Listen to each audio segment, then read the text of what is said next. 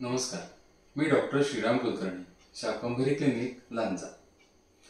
आजकाल ओपीडीमध्ये नायट्याचे अनेक पेशंट दिसतात.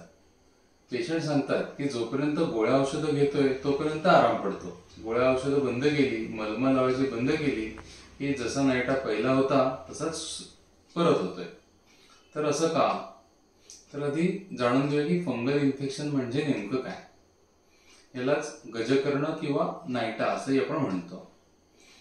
फंगल इन्फेक्शन हे फंगसमुळे होणारा आजार.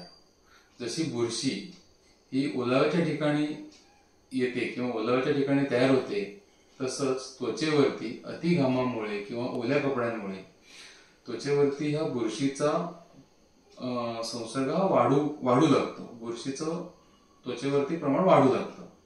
मग त्या ठिकाणी खाज येणे, तो लाल रंगाचा पुरळ उठणे, अशा प्रकारची लक्षणं दिसतात.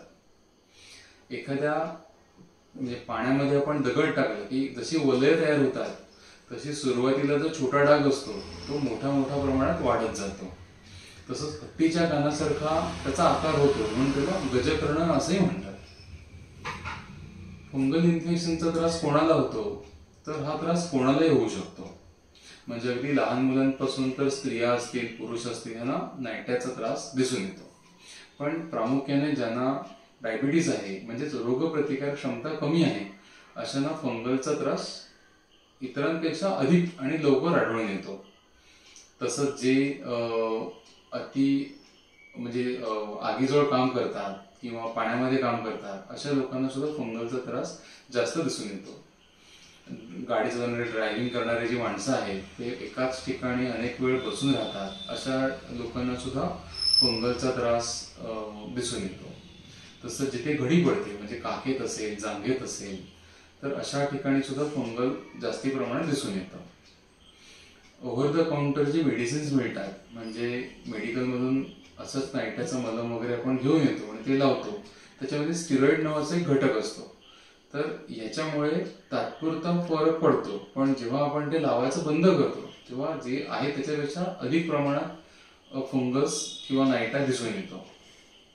फंगल इन्फेक्शनसाठी काय काळजी घ्यावी? तर सर्वप्रथम वैयक्तिक स्वच्छता ही खूप महत्वाची आहे. आपले कपडे, आपला टॉवेल, साबण हे इतरांशी शेअर करू नयेत. हाताची नखं वेळच्या वेळी कापावीत, कारण खाज वगैरे आली तर आपण खाजवलं तर नव्याने काहीतरी तिथे सेकंडरी इन्फेक्शन होऊ शकतं. तसंच स्विमिंग पूल, गर्दीच्या ठिकाणी जाणं टाळावं.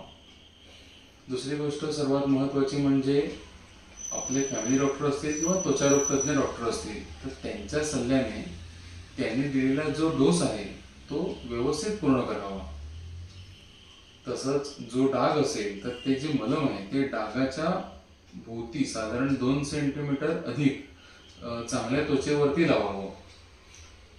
7-8 दिवसामध्ये औषधं सुरू केल्यानंतर आराम पडतो, खाज कमी होते, डागही कमी होतो. मग बरेच पेशंट काय करतात, औषधोपचार बंद करून टाकतात.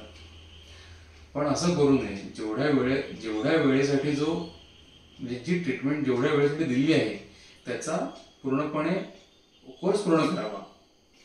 हल्ली पावसाचे दिवस आहेत, त्याच्यामुळे ओले कपडे राहणे किंवा अंग ओलं राहणे हे होऊ शकतं. त्यामुळे ह्या त्वचारोगाला, या नायट्याला हलक्यात घेऊ नका. आपली काळजी घ्या. धन्यवाद.